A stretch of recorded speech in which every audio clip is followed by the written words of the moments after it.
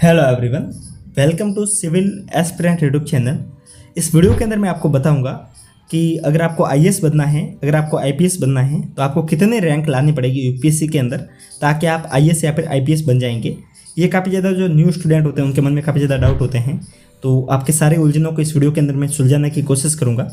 सो दोस्तों चलते इस वीडियो को कंटिन्यू करते हैं। वीडियो को कंटिन्यू करूँ उससे पहले मैं आपको जानकारी देना चाहूँगा इंडिया के सबसे बड़े प्लेटफॉर्म अनअकैडमी के बारे में। दोस्तों आप अनअकैडमी के साथ में जुड़कर आप आपके यूपीएससी की जर्नी को और भी ज़्यादा शानदार कर सकते हैं। अनअकैडमी के ऊपर आपको लगभग जो बाकी सारे कोर्सेज की फीस होती है वो भी कम देखने को मिलेगी और आपको फैसिलिटी भी काफ़ी ज़्यादा शानदार देखने को मिल जाएगी।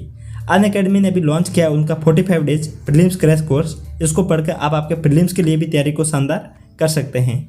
दोस्तों अनअकैडमी के ऊपर अभी दिल्ली के लगभग जितने भी कोचिंगों में पढ़ाने वाले टीचर है, लगभग सभी टीचरों ने अनअकैडमी को ज्वाइन कर दिया है और अनअकैडमी की फैसिलिटी आम सभी कोचिंगों से शानदार है। जिस समय आप अनअकैडमी को ज्वाइन करने वाले हो उस समय आप हमारा एस्पिरेंट 10 कोड यूज़ कीजिएगा, आपको 10% डिस्काउंट हमारी तरफ से मिल जाएगा।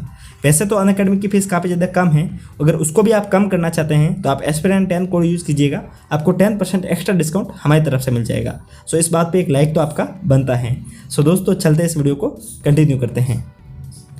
दोस्तों हम बात करने वाले थे कि यूपीएससी के अंदर अगर आपको आईएएस या फिर आईपीएस बनना है तो आपको कितनी रैंक हासिल करनी पड़ेगी। दोस्तों ये आपके लिए भी काफ़ी ज़्यादा सोचने का विषय है और जो न्यू स्टूडेंट होता है उनके लिए काफ़ी ज़्यादा डाउट का विषय होता है। तो दोस्तों मैं आपको बता दूं यूपीएससी का जो एग्ज़ाम होता है सबसे पहले यहीं से अपन शुरू करते हैं।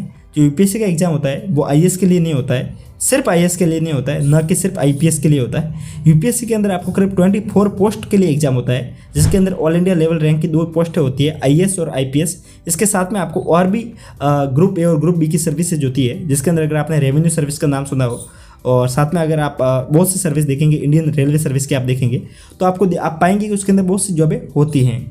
जो न्यू स्टूडेंट होता है उनके मन में कन्फ्यूजन होता है, अगर उनको आईएएस बनना है, उनको आईपीएस बनना है तो उनको कौन सी रैंक हासिल करनी पड़ेगी ताकि वे आईएएस या फिर आईपीएस बन जाएंगे। दोस्तों मैं आपको बता दूं अगर आप आईएएस बनना चाहते हैं तो इसके लिए रैंक तो कोई फिक्स है नहीं कि आपको कितने रैंक तक आपको आईपीएस बनना पड़ेगा, कितने रैंक तक आप आईएएस बन पाएंगे। तो इसके लिए अपन थोड़ा सा ये भी आंकड़ा देखते हैं कि हर साल करीब 5 लाख से ज़्यादा लोग एग्जाम के अंदर बैठते हैं और आप देखेंगे करीब 1000 के आसपास लोग होते हैं जो इस एग्ज़ाम के अंदर क्वालिफाई करते हैं। हर साल करीब 800 900 करीब 1000 लोग होते हैं, तो इतना डाटा बदलता रहता है, ठीक है। तो इसके अंदर आप देखेंगे कि जो आईएएस की सीट होती है वो करीब 100 के आसपास होती है, लगभग 100 से करीब 120 के आसपास आईएएस की सीटें होती है। ये जरूरी नहीं है कि अगर आपकी रैंक टॉप 100 के अंदर आएगी तो ही आप आईएएस बनेंगे, ऐसा कुछ भी नहीं है। दोस्तों ये जो जितनी भी सर्विसेज के अंदर आपको जॉब अलॉट होती है वो आपकी जो आपकी कैटेगरी होती है उसके आधार पर होती है कि आप किस कैटेगरी से बिलोंग करते हैं।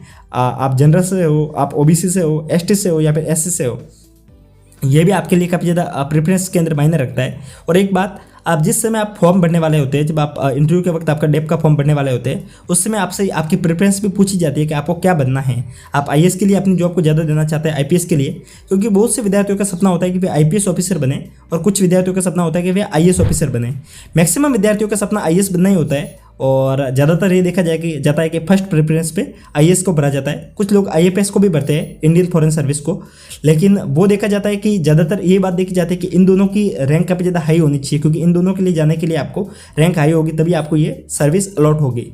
लेकिन अगर आपकी कैटेगरी अगर कोई और है, अगर आप जनरल कैटेगरी से हैं तो आपको करीब टॉप 100 के अंदर अगर आप लाते हैं रैंक को तो ये आपको सिलेक्शन होगा। टॉप 100 के अंदर भी बहुत से विद्यार्थियों का नहीं हो पाता है, जैसे कि आपने इस बार एस्पिरेंट का नाम सुना होगा, इनका इस बार इंडियन फॉरेन सर्विस में हुआ है और पिछली बार I think Indian foreign service में उनका शायद ड्रीम होगा, इसके कारण गई होगी। लेकिन आपने पिछली बार आईएएस प्रदीप सिंह का अगर आपने देखा होगा तो आईएएस प्रदीप सिंह का भी पिछली बार सिलेक्शन नहीं हुआ था, लेकिन उनकी रैंक भी 96 थी। तो इस आधार पर अपन एक बात तो देख सकते हैं कि टॉप 100 के अंदर भी सिलेक्शन बहुत से विद्यार्थियों का नहीं होता है। ये डिपेंड करता है कि आपकी कैटेगरी कौन सी है।